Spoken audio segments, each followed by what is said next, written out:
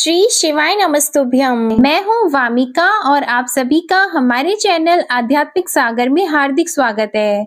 आज सुनिए सोमवार व्रत की पौराणिक कथा। बहुत समय पहले वाशकल नामक गांव में बिंदुक नाम का एक ब्राह्मण रहता था। वह अधर्मी, दुरात्मा और महापापी था। उसकी स्त्री बहुत सुंदर थी। उसका नाम चंचुला था। वह सदा उत्तम धर्म का पालन करती थी, परंतु बिंदुक वैश्यागामी था। इस तरह कुकर्म करते हुए बहुत समय व्यतीत हो गया। उसकी स्त्री काम से पीड़ित होने पर भी सधर्म नाश के भय से क्लेश सहकर भी काफी समय तक धर्म भ्रष्ट नहीं हुई, परंतु आगे चलकर वह भी अपने दुराचारी पति के आचरण से प्रभावित होकर दुराचारी और अपने धर्म से विमुख हो गई। इस तरह दुराचार में डूबे हुए उन पति पत्नी का बहुत सा समय व्यर्थ बीत गया। वैश्यागामी दूषित बुद्धि वाला वह दुष्ट ब्राह्मण बिंदुक समय अनुसार मृत्यु को प्राप्त होकर नरक में चला गया। बहुत समय तक नरक के दुखों को भोगकर वह मूढ़ बुद्धि पापी विंध्य पर्वत पर भयंकर पिशाच हुआ।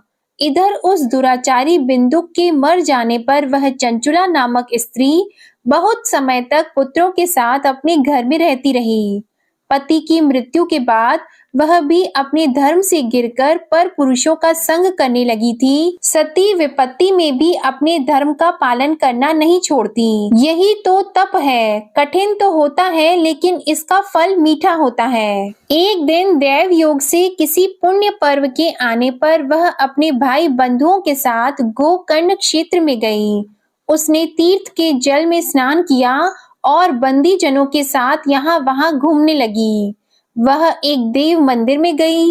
वहां उसने एक ब्राह्मण के मुख से भगवान शिव की परम पवित्र एवं मंगलकारी कथा सुनी। ब्राह्मण कह रहे थे कि जो स्त्रियां व्यभिचार करती हैं, वे मरने के बाद जब यमलोक जाती हैं, तब यमराज के दूत उन्हें तरह तरह से यंत्रणा देते हैं कि वे उसके कामांगों को तप्त लौह के डंडों से दागते हैं।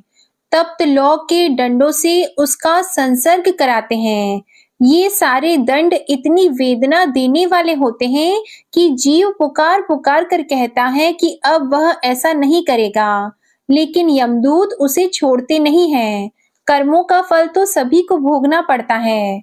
देव, ऋषि, मनुष्य सभी इससे बंधे हुए हैं। ब्राह्मण के मुख से ये वैराग्य बढ़ाने वाली कथा को सुनकर चंचुला भय से व्याकुल हो गई। कथा समाप्त होने पर सभी लोग वहां से चले गए। तब कथा बांचने वाले ब्राह्मण देवता से चंचुला ने कहा, हे ब्राह्मण, धर्म को न जानने के कारण मेरे द्वारा बहुत बड़ा दुराचार हुआ है। स्वामी, मेरे ऊपर कृपा कर मेरा उद्धार कीजिए। आपके प्रवचन को सुनकर मुझे इस संसार से वैराग्य हो गया है। मुझ मूढ़ चित्त वाली पापिनी को धिक्कार है। मैं निंदा के योग्य हूँ। मैं बुरे विषयों में फंसकर अपने धर्म से विमुख हो गई थी। कौन मुझ जैसी को मार्ग में मन लगाने वाली पापिनी का साथ देगा? जब यमदूत मेरे गले में फंदा डालकर मुझे बांध कर ले जाएंगे और नरक में मेरे शरीर के टुकड़े करेंगे, तब मैं कैसे उन महायातनाओं को सहन कर पाऊंगी? मैं सब प्रकार से नष्ट हो गई हूँ, क्योंकि अभी तक मैं हर तरह से पाप में डूबी रही हूँ। हे ब्राह्मण, आप मेरे गुरु हैं, आप ही मेरे माता पिता हैं। मैं आपके शरण में आई हूँ। मुझ अबला का अब आप उद्धार कीजिए। इस प्रकार विलाप करती हुई चंचुला ब्राह्मण देवता के चरणों में गिर पड़ी। तब ब्राह्मण ने उसे कृपा पूर्वक उठाया और इस प्रकार कहा, नारी, तुम सौभाग्यशाली हो, जो भगवान शंकर की कृपा से तुमने वैराग्यपूर्ण ये कथा सुनी है और कथा को सुनकर समय से अपनी गलती का एहसास कर लिया है। तुम डरो मत और भगवान शिव की शरण में जाओ। उनकी परम कृपा से तुम्हारे सभी पाप नष्ट हो जाएंगे। मैं तुम्हें भगवान शिव की कथा सहित वह मार्ग बताऊंगा जिसके द्वारा तुम्हें सुख देने वाली उत्तम गति प्राप्त होगी। शिव कथा सुनने से तुम्हारी बुद्धि शुद्ध हो गई है और तुम्हें पश्चाताप हुआ है। तथा मन में वैराग्य उत्पन्न हुआ है। पश्चाताप ही पाप करने वाले पापियों के लिए सबसे बड़ा प्रायश्चित है। जो मनुष्य अपने कुकर्म के लिए प्रायश्चित नहीं करता, वह उत्तम गति प्राप्त नहीं करता, परंतु जिसे अपने कुकृत्य पर हार्दिक पश्चाताप होता है, वह अवश्य ही उत्तम गति का भागीदार होता है। इसमें कोई शक नहीं है। शुद्ध चित्त में ही भगवान शिव और माता पार्वती का वास होता है।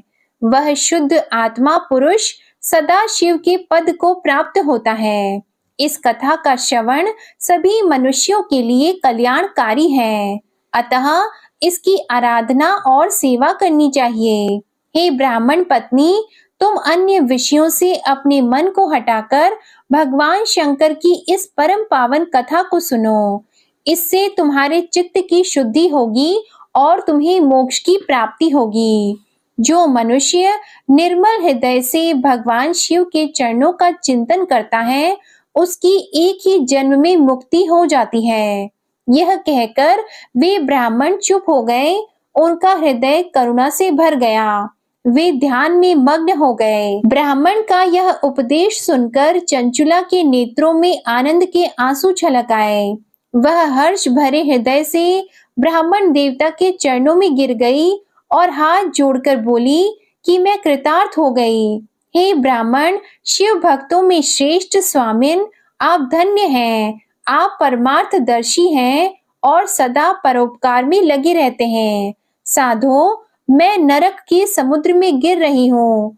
कृपा करके मेरा उद्धार कीजिए। जिस पौराणिक और अमृत के समान कथा की बात आपने की है, उसे सुनकर ही मेरे मन में वैराग्य उत्पन्न हुआ। उस अमृतमयी कथा को सुनने के लिए मेरे मन में बड़ी श्रद्धा हो रही है। कृपया आप मुझे उसे सुनाइए। कथा सुनने की इच्छा मन में लिए हुए चंचुला उन ब्राह्मण देवता की सेवा में वहीं रहने लगी। उस गोकर्ण नामक महाक्षेत्र में उन ब्राह्मण देवता के मुख से चंचुला भगवान शिव की भक्ति, ज्ञान और वैराग्य बढ़ाने वाले और मुक्ति देने वाली परम उत्तम कथा सुनकर कृतार्थ हुई। उसका चित्त शुद्ध हो गया। वह अपने हृदय में शिव के सगुण रूप का चिंतन करने लगी। वह सदैव शिव सच्चिदानंदमय स्वरूप का स्मरण करती थी। इसके बाद अपना समय पूर्ण होने पर चंचुला ने बिना किसी कष्ट के अपना शरीर त्याग दिया। उसे लेने के लिए एक दिव्य विमान वहां पहुंचा। ये विमान शोभा साधनों से सजा था और शिव गणों से सुशोभित था। चंचुला विमान से शिवपुरी पहुंची। उसके सारे पाप धुल गए। वह दिव्य रूप धारिणी दिव्यांगना हो गई थी। वह गौरांगी देवी मस्तक पर अर्धचंद्र का मुकुट और अन्य दिव्य आभूषण पहने शिवपुरी में पहुंची। वहां उसने सनातन देवता त्रिनेत्रधारी महादेव शिव को देखा। सभी देवता उनकी सेवा में भक्ति भाव से उपस्थित थे। उनकी अंग कांति करोड़ों सूर्यों के समान प्रकाशित हो रही थी। 5 मुख और हर मुख में 3-3 नेत्र थे।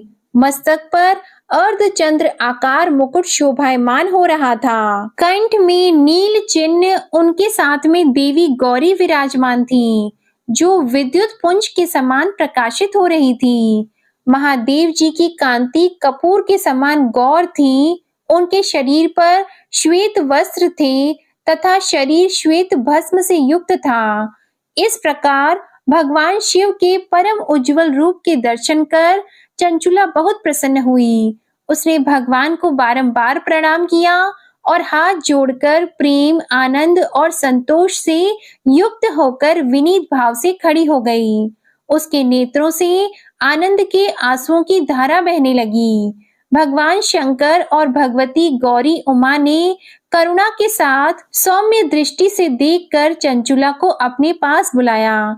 गौरी उमा ने उसे प्रेम पूर्वक अपनी सखी बना लिया।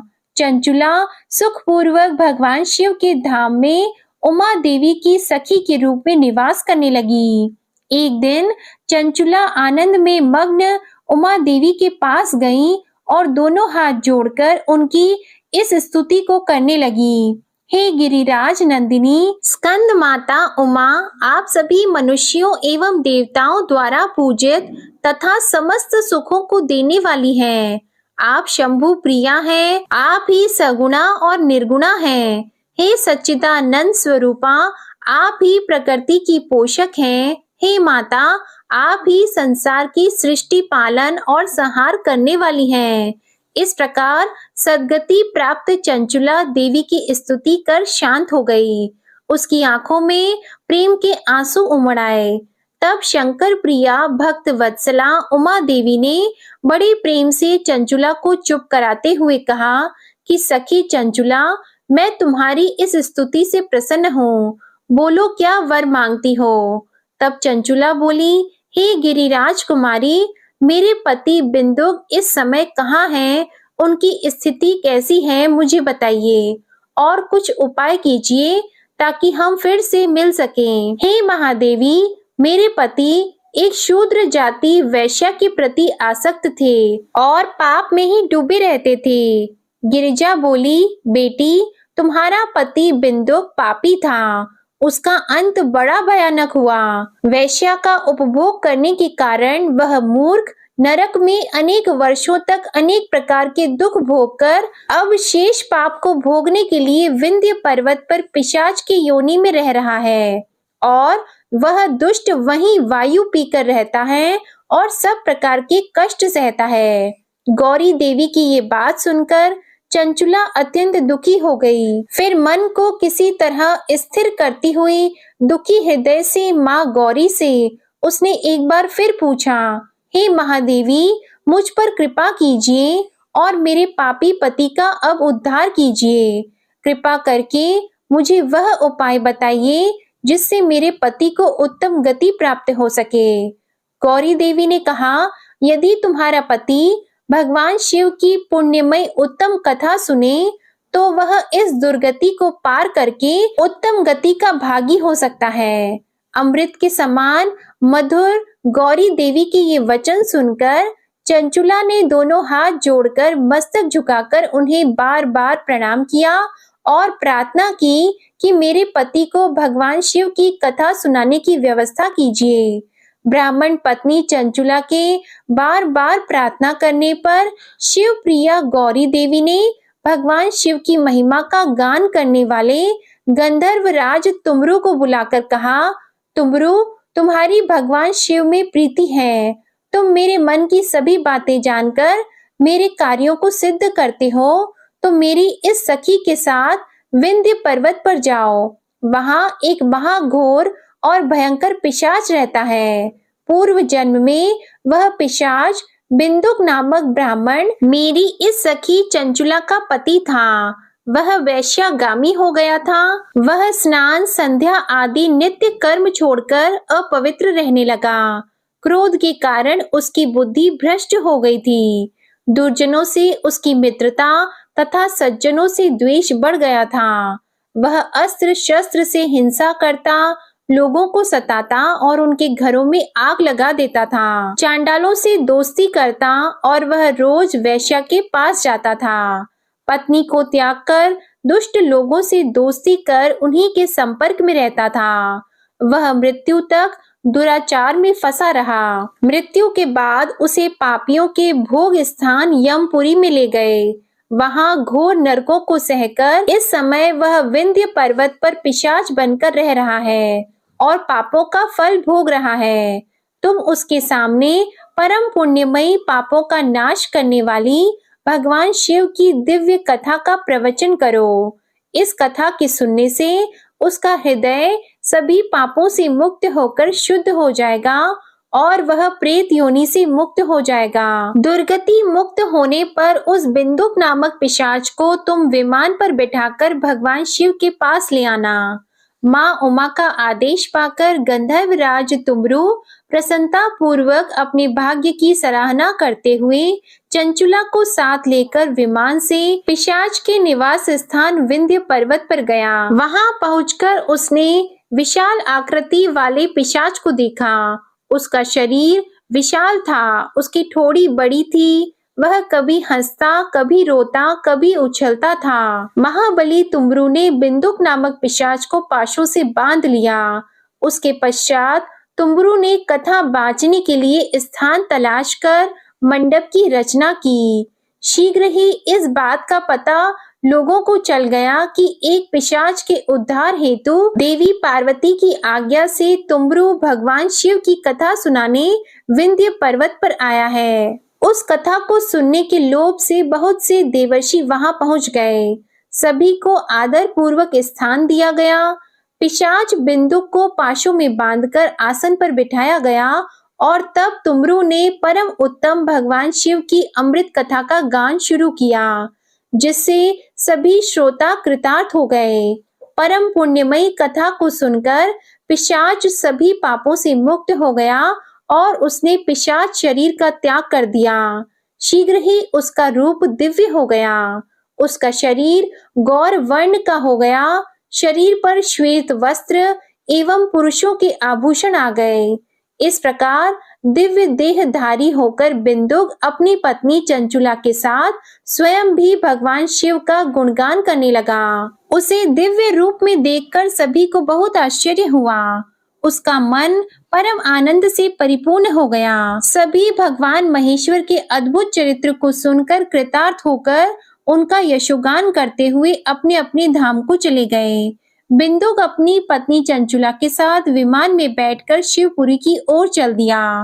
महेश्वर के गुणों का गान करता हुआ बिंदुक अपनी पत्नी चंचुला और तुमरू के साथ शीघ्र ही शिव धाम पहुंच गया। भगवान शिव देवी पार्वती ने उसे अपना पार्षद बना लिया। दोनों पति पत्नी सुखपूर्वक भगवान महेश्वर एवं देवी गौरी के श्री चरणों में अविचल निवास पाकर धन्य हो गए। बोलिए उमा महेश्वर भगवान की जय। अब सुनिए भगवान शंकर की दूसरी कथा। एक धनवान साहूकार था, जिसके घर किसी प्रकार की कोई कमी नहीं थी, परंतु उसको एक दुख था। उसका कोई पुत्र नहीं था। वह इसी चिंता में दिन और रात रहता था और वह पुत्र की कामना से हर सोमवार को शिवजी का व्रत और पूजन किया करता था। सायंकाल को मंदिर में जाकर शिवजी का दीपक जलाता था। उसके भक्ति भाव को देखकर एक समय श्री पार्वती जी ने भगवान शिवजी महाराज से कहा कि वह साहूकार आपका अनंत भक्त है और सदैव आपका व्रत और पूजन बड़ी श्रद्धा से करता है। इसकी मनोकामना आप पूर्ण कीजिए। तब भगवान शिव ने कहा कि हे पार्वती, यह संसार कर्म क्षेत्र है। जैसी किसान खेत में जैसा बीज बोता है वैसा ही फल काटता है, उसी तरह से इस संसार में जैसा कर्म करते हैं वैसा ही फल मिलता है। तब माता पार्वती ने अत्यंत आग्रह से कहा कि महाराज, जब यह आपका भक्त है और इससे किसी प्रकार का दुख है तो उसको अवश्य दूर करना चाहिए, क्योंकि आप सदैव अपने भक्तों पर दयालु हैं और उनके दुखों को दूर करते हैं। यदि आप ऐसा नहीं करेंगे तो मनुष्य आपकी सेवा व्रत क्यों करेंगे? माता पार्वती जी के आग्रह को देखकर भगवान भोलेनाथ कहने लगे कि हे पार्वती, इसके कोई पुत्र नहीं है, इसी चिंता से यह दुखी रहता है। इसके भाग्य में पुत्र न होने पर भी इसके पुत्र की प्राप्ति का मैं वर देता हूँ, परंतु वह पुत्र केवल 12 वर्ष तक जीवित रहेगा। इसके पश्चात वह मृत्यु को प्राप्त हो जाएगा। इससे अधिक मैं और कुछ इसके लिए नहीं कर सकता हूँ। यह सब बातें वह साहूकार सुन रहा था। इससे उसको न कुछ प्रसन्नता हुई और न ही उसे कुछ कष्ट हुआ।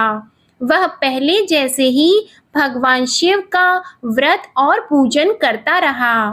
कुछ समय व्यतीत हो जाने पर साहूकार की स्त्री गर्भवती हुई और उसे 10वें महीने में गर्भ से अति सुंदर पुत्र की प्राप्ति हुई। साहूकार के घर में बहुत खुशियां मनाई गई, परंतु साहूकार ने उसको केवल 12 वर्ष की आयु जानकर कोई अधिक प्रसन्नता प्रकट नहीं की और न ही किसी को यह भेद बताया। जब वह 11 वर्ष का हो गया तो उस बालक की माता ने उसके पिता से विवाह आदि के लिए कहा, परंतु साहूकार कहने लगा, मैं अभी इसका विवाह नहीं करूंगा और पढ़ने के लिए इसे भेजूंगा। फिर साहूकार ने अपने साले अर्थात उस बालक के मामा को बुलाकर उसको बहुत सा धन देकर कहा, तुम इस बालक को काशी में पढ़ने के लिए ले जाओ और रास्ते में जिस स्थान पर भी जाओ वहां यज्ञ करना और ब्राह्मणों को भोजन कराते जाना। वे दोनों मामा और भांजा सब जगह यज्ञ करते और ब्राह्मणों को भोजन कराते जा रहे थे। रास्ते में उनको एक शहर पड़ा। उस शहर के राजा की कन्या का विवाह था और दूसरे राजा का लड़का जो विवाह कराने के लिए बारात लेकर आया था वह एक आंख से काना था। उसके पिता को इस बात की बड़ी चिंता थी कि कहीं वर को देखकर कन्या के माता पिता विवाह में किसी प्रकार की अड़चन पैदा न कर दें। इस कारण जब उसने अति सुंदर सेठ के लड़के को देखा तो उसने मन में विचार किया कि क्यों न दरवाजे के समय इस लड़के से वर का काम चलाया जाए। ऐसा विचार करके वर के पिता ने उस लड़के और मामा से बात की तो वे दोनों राजी हो गए। फिर उस लड़के को वर के कपड़े पहनाकर और घोड़ी पर चढ़ाकर दरवाजे पर ले गए और बड़ी सुंदरता से सब कार्य संपन्न हो गए। वर के पिता ने सोचा यदि विवाह कार्य भी इसी लड़के से करा दिया जाए तो इसमें क्या बुराई है। ऐसा विचार करके लड़का और उसके मामा से कहा, यदि आप फेरों और कन्यादान का काम भी करा दें तो आपकी बड़ी कृपा होगी और हम इसके बदले बहुत सा धन देंगे। उन्होंने भी स्वीकार कर लिया और विवाह कार्य भी बहुत कुछ अच्छी तरह से हो गया। परंतु जिस समय लड़का जाने लगा तो उसने राजकुमारी की चुन्नी के पल्ले पर लिख दिया कि तेरा विवाह मेरे साथ हुआ है, परंतु जिस राजकुमार के साथ तुमको भेजेंगे वह एक आंख से काना है। मैं तो काशी जी पढ़ने जा रहा हूँ। उस राजकुमारी ने जब अपनी चुन्नी पर ऐसा लिखा हुआ देखा तो उसने राजकुमार के साथ जाने से मना कर दिया और कहा कि ये मेरा पति नहीं है, मेरा विवाह इसके साथ नहीं हुआ, वह तो काशी जी पढ़ने गया है। राजकुमारी के माता पिता ने अपनी कन्या को विदा नहीं किया और बारात वापस चली गई। उधर वह सेठ का लड़का और उसका मामा काशी जी पहुंच गए।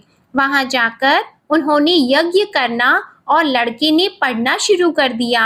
जब लड़के की आयु 12 साल की हो गई तब एक दिन उन्होंने यज्ञ रचा रखा था कि लड़के ने अपने मामा से कहा कि आज तो मेरी तबीयत ठीक नहीं है। मामा ने कहा अंदर जाकर सो जाओ। जब लड़का अंदर जाकर सो गया और थोड़ी देर में उसके प्राण निकल गए। जब उसके मामा ने आकर देखा कि वह तो मुर्दा पड़ा है तो उनको बहुत दुख हुआ और उन्होंने सोचा कि मैं अभी रोना पीटना मचा दूंगा तो यज्ञ का कार्य अधूरा रह जाएगा। अतः उन्होंने जल्दी से यज्ञ का कार्य समाप्त करके ब्राह्मणों के जाने के बाद रोना पीटना आरंभ कर दिया। संयोगवश उसी समय शिवजी और पार्वती जी उधर से जा रहे थे। पार्वती जी कहने लगी, हे महादेव, कोई दुखियारा रो रहा है, इसके कष्टों को आप दूर करो। तब भगवान शिव बोले, इसकी आयु इतनी ही थी सो ये भोग चुका है। माता पार्वती ने कहा कि महाराज कृपा करके इस बालक को और आयु दे दो, नहीं तो इसके माता पिता तड़प तड़प कर मर जाएंगे। पार्वती जी के इस प्रकार बार बार आग्रह करने पर भगवान शिव जी ने उसे जीवन दान दे दिया और शिव जी की कृपा से लड़का जीवित हो गया। शिव जी और पार्वती जी कैलाश पर्वत पर चले गए। तब इस प्रकार यज्ञ करते हुए लड़का और उसके मामा अपने घर की ओर चल पड़े। रास्ते में उसी शहर में गए जहां उसका विवाह हुआ था और जहां पर आकर यज्ञ किया तो लड़के के ससुर ने उसे पहचान लिया और अपने घर महल में जाकर बड़ी खातिर के साथ बहुत दास दासियों के सहित आदर पूर्वक लड़की और जमाई को विदा किया। जब वह अपने शहर के निकट आए तो मामा ने कहा, मैं पहले तुम्हारे घर जाकर सबको खबर करता हूँ। उस समय लड़के के माता पिता अपने घर की छत पर बैठे हुए थे और उन्होंने यह प्रण कर रखा था कि यदि हमारा पुत्र सकुशल घर आएगा तो राजी खुशी नीचे उतरकर आ जाएंगे, नहीं तो छत से गिरकर अपने प्राण खो देंगे। इतने में उस लड़के के मामा ने जाकर यह समाचार दिया कि आपका पुत्र आ गया है, परंतु उनको विश्वास नहीं हुआ। तब उसके मामा ने शपथ पूर्वक कहा कि आपका पुत्र अपनी स्त्री के साथ बहुत सारा धन लेकर आया है। तो सेठ ने आनंद के साथ उसका स्वागत किया और बड़ी प्रसन्नता से रहने लगे। इस प्रकार जो भी व्यक्ति सोमवार का व्रत करता है अथवा इस कथा को पढ़ता है या सुनता है, भगवान भोलेनाथ उसके सभी दुखों को दूर करके उसकी समस्त मनोकामनाओं को पूर्ण करते हैं। बड़ी ही श्रद्धा और भक्ति के साथ अब आप सुनिए सोमवार की दूसरी कथा। एक बार की बात है, माता पार्वती शिवजी को पति के रूप में प्राप्त करने के लिए घोर तप कर रही थी। उनके तप को देखकर देवताओं ने शिवजी से देवी की मनोकामना को पूर्ण करने की प्रार्थना की। शिवजी ने पार्वती जी की परीक्षा लेने के लिए सप्त ऋषियों को भेजा। सप्त ऋषियों ने शिवजी के सैकड़ों अवगुण गिनाए, पर पार्वती जी को महादेव जी के अलावा किसी और से विवाह मंजूर नहीं था। तब शंकर जी ने स्वयं पार्वती जी की परीक्षा लेने की ठानी। तब भगवान शंकर स्वयं प्रकट हुए और पार्वती जी को वरदान देकर अंतर्ध्यान हुए। इतने में पार्वती माता जहाँ तप कर रही थी वहीं पास में तालाब में मगरमच्छ ने एक लड़के को पकड़ लिया। लड़का जान बचाने के लिए चिल्लाने लगा। तब पार्वती जी से उस बच्चे की चीख सुनी नहीं गई। द्रवित हृदय होकर वे तालाब पर पहुंची। वहां देखा कि मगरमच्छ लड़के को तालाब के अंदर खींचकर ले जा रहा है। लड़के ने देवी को देखकर कहा कि मेरी माता पिता और भाई बंधु कोई नहीं है, आप मेरी रक्षा करें। तो पार्वती जी ने कहा कि मगरमच्छ इस लड़के को छोड़ दो। मगरमच्छ बोला, दिन के छठे पैर में जो मुझे मिलता है उसे मैं अपना आहार समझकर स्वीकार कर लेता हूँ, यह मेरा नियम है। ब्रह्मदेव ने दिन के छठे पहर में इस लड़के को भेजा है तो मैं इसे क्यों छोड़ूं? पार्वती जी ने विनती की कि तुम इसे छोड़ दो, बदले में तुम्हें जो चाहिए वह मुझसे कहो। तो मगरमच्छ बोला, एक ही शर्त पर मैं इसे छोड़ूंगा। आपने तप करके महादेव जी से जो वरदान लिया है, यदि उस तप का फल मुझे दे दो तो मैं इसे छोड़ दूंगा। पार्वती जी तुरंत तैयार हो गईं। उन्होंने कहा, मैं अपने तप का फल तुम्हें देने को तैयार हूँ, लेकिन तुम इस बालक को छोड़ दो। मगरमच्छ ने समझाया, सोच लो देवी, जोश में आकर संकल्प मत करो। हजारों वर्षों तक जैसा तप किया है वैसा देवताओं के लिए भी संभव नहीं है।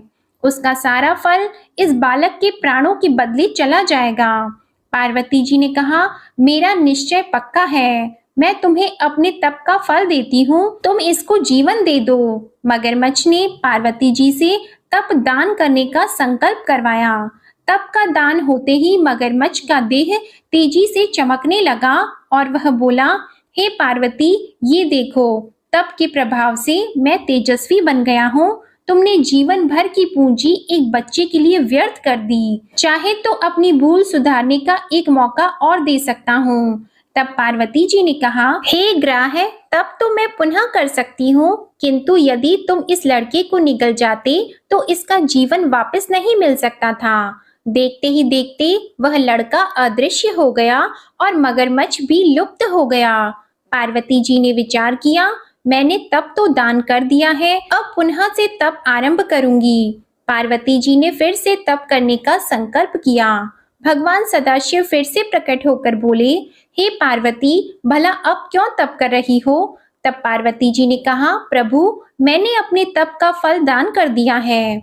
आपको पति रूप में पाने के संकल्प के लिए मैं फिर से वैसा ही घोर तप करके आपको प्रसन्न करूंगी। तो महादेव जी बोले, मगरमच्छ और लड़के दोनों रूपों में मैं ही था। तुम्हारा चित्त प्राणी मात्र में अपने सुख दुख का अनुभव करता है या नहीं, इसकी परीक्षा लेने के लिए मैंने ही यह लीला रची थी। अनेक रूपों में दिखने वाला मैं एक ही हूँ। मैं अनेक शरीरों से अलग निर्विकार हूँ। तुमने अपना तप मुझे ही दिया है, इसलिए अब और तप करने की कोई आवश्यकता नहीं है। देवी ने महादेव जी को प्रणाम कर प्रसन्न मन से विदा किया। प्रेम से बोलिए भगवान शंकर और माता पार्वती की जय। अब आप सुनिए तीसरी कथा। एक बार नारद जी ने भोलेनाथ जी की स्तुति करके पूछा कि प्रभु, आपको प्रसन्न करने के लिए सबसे उत्तम और सुलभ साधन क्या है? हे त्रिलोकीनाथ, आप तो निर्विकार और निष्काम हैं। आप सहज ही प्रसन्न हो जाते हैं। फिर भी मेरे जानने की इच्छा है कि आपको क्या प्रिय है। तब शिव जी बोले, नारद जी, वैसे तो मुझे भक्त के भाव सबसे प्रिय हैं, फिर भी आपने पूछा है तो मैं बताता हूँ। मुझे जल के साथ साथ बिल्व पत्र बहुत प्रिय हैं। जो अखंड बिल्व पत्र मुझे श्रद्धा से अर्पित करते हैं, मैं उन्हें अपने लोक में स्थान देता हूँ। नारद जी भगवान शंकर और माता पार्वती की वंदना करके अपने लोक को चले गए। उनके जाने के पश्चात पार्वती जी ने शिव जी से पूछा कि हे प्रभु, मेरी ये जानने की बड़ी तीव्र इच्छा हो रही है कि आपको बेलपत्र इतने प्रिय क्यों हैं? कृपा करके मेरी जिज्ञासा को शांत कीजिए। तब शिव जी बोले, हे शिवे, बिल्व के पत्ते मेरी जटा के समान हैं। उसका त्रिपत्र यानी 3 पत्ते ऋग्वेद, यजुर्वेद और सामवेद हैं। शाखाएं समस्त शास्त्र का स्वरूप है। बिल्व वृक्ष को आप पृथ्वी का कल्प वृक्ष समझें, जो ब्रह्मा, विष्णु और शिव स्वरूप है। हे पार्वती, स्वयं महालक्ष्मी जी ने शैल पर्वत पर बिल्व वृक्ष रूप में जन्म लिया था। इस कारण भी बेल का वृक्ष मेरे लिए अति प्रिय है। महालक्ष्मी जी ने बिल्व का रूप धरा। ये सुनकर पार्वती जी कौतूहल में पड़ गईं और पार्वती जी कौतूहल से उपजी जिज्ञासा को रोक न पाईं। उन्होंने पूछा, देवी लक्ष्मी ने आखिर बिल्व वृक्ष का रूप क्यों लिया? आप ये कथा विस्तार से कहें। तब भोलेनाथ ने देवी पार्वती जी को कथा सुनाना आरंभ किया। हे देवी, सतयुग में ज्योति रूप में मेरे अंश का रामेश्वर लिंग था। ब्रह्मा आदि देवों ने उसका विधिवत पूजन अर्चन किया था। इसका परिणाम ये हुआ कि मेरे अनुग्रह से वाणी देवी सबकी प्रिय हो गई। वे भगवान विष्णु को सतत प्रिय हो गई।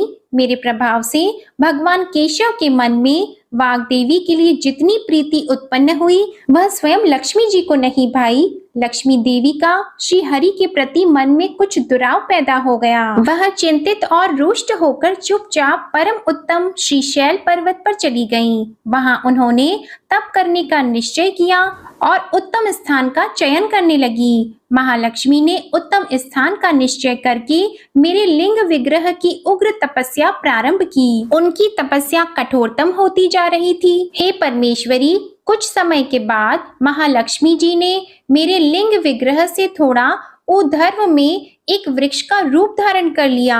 अपने पत्तों और पुष्प द्वारा निरंतर मेरा पूजन करने लगी।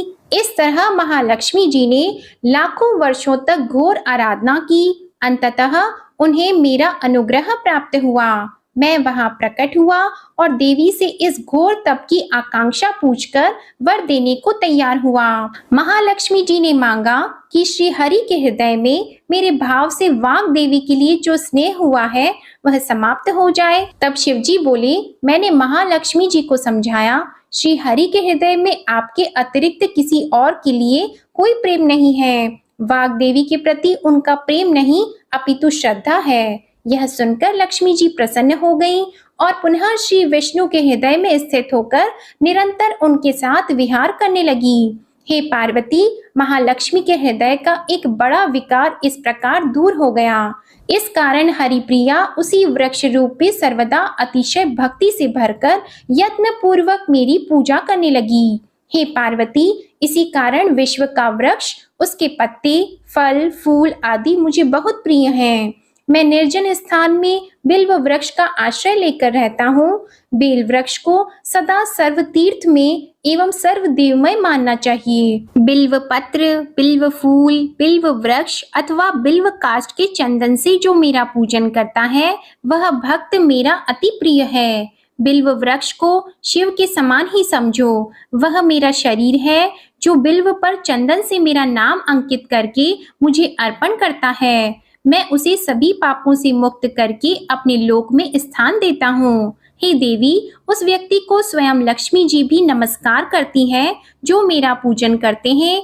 जो बिल्व मूल में प्राण छोड़ता है, उसको रुद्र देह प्राप्त होता है और ऐसे मनुष्य पर सदैव ही माता लक्ष्मी की कृपा रहती है और साथ ही साथ भगवान नारायण की कृपा भी उन पर सदैव बनी रहती है। प्रेम से बोलिए भगवान शिव और माता पार्वती की जय। अब सुनिए गणेश भगवान की कथा। एक साहूकार था, उसके घर रोज एक ब्राह्मणी रोटी लेने के लिए घर आती थी। घर के अंदर घुसते ही पोल के ऊपर गजानन जी का मंदिर था। वह गणेश जी को रोटी का एक कौर हमेशा भोग लगाती थी। बहुत दिन हो गए। गणेश जी महाराज ने कहा कि यह मुझे हमेशा भोजन करवाती है, मुझे इसे कोई ना कोई उपहार जरूर देना चाहिए। गणेश जी एक दिन उसके थाली में हीरे मोती भर देते हैं। ब्राह्मणी तो थाली लेकर अपने घर आ गई और साहूकार से रोटी लेने के लिए आना बंद हो गई। साहूकारिनी ने उसे बुलावा भेजा कि बाई, रोटी लेने के लिए क्यों नहीं आती हो? ब्राह्मणी ने कहा कि मुझ पर गणेश जी प्रसन्न हो गए। बहुत वर्ष तक रोटी लेने के लिए आ गई, लेकिन अब नहीं आऊंगी। साहूकारनी मन में बहुत नाराज हुई और गणेश जी से कहा कि आप ब्राह्मणी के ऊपर प्रसन्न हुए, परंतु मुझ पर प्रसन्न नहीं हुए। तब गणेश जी की मूर्ति हटाकर उसने बाहर फेंक दी। इधर सेठ जी की दुकान में धंधा पानी बंद हो गए। एक दिन सेठ जी की नजर पोल के मंदिर पर गई तो सेठानी जी को पूछा कि गणेश जी कहाँ गए? तो साहूकारनी ने कहा कि ऐसे गणेश जी का क्या करें जो ब्राह्मणी पर तो प्रसन्न हो गए, लेकिन हमारे ऊपर प्रसन्न नहीं हुए। इस कारण मैंने तो गणेश जी को हटाकर फेंक दिया है। तब सेठ जी ने कहा कि यह तुमने क्या किया? मेरा तो व्यापार और धंधा चलना बंद हो गया है। गणेश जी तुमने कहाँ फेंके हैं? जल्दी बताओ, मैं उन्हें वापस लेकर आता हूँ। साहूकार जी वापस से गणेश जी को लेने के लिए गए तो गणेश जी इतने भारी हो गए कि वे उठे ही नहीं। साहूकार जी ने कहा कि मेरे से गलती हो गई है, आप मेरे घर पधारिए। गणेश जी तो और भी भारी होते गए और कहा कि मैं तो नहीं चलूंगा। पहले साहूकारनी को बुलाकर यहाँ लाओ और वह मुझसे माफी मांगेगी तो ही मैं चलूंगा। और गणेश जी ने कहा कि मुझे हमेशा सवा सेर का चूरमा करके भोजन कराओगे तो ही मैं चलूंगा। साहूकार साहूकारनी को लेकर आए और उससे माफी भी मंगवाई और सवा सेर का चूरमा चढ़ाने की हाँ भी भरी। तब साहूकार और साहूकारनी ने गणेश जी को वापस घर लाकर उन्हें पोल में बिठाया। ऐसा करने पर साहूकार का व्यापार फिर से चलने लगा।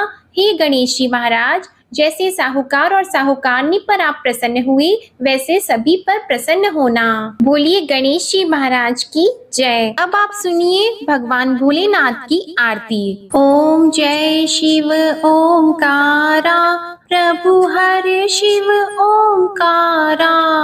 ब्रह्मा विष्णु सदा शिव, ब्रह्मा विष्णु सदा शिव, अर्धांगी धारा। ओम जय शिव ओमकारा।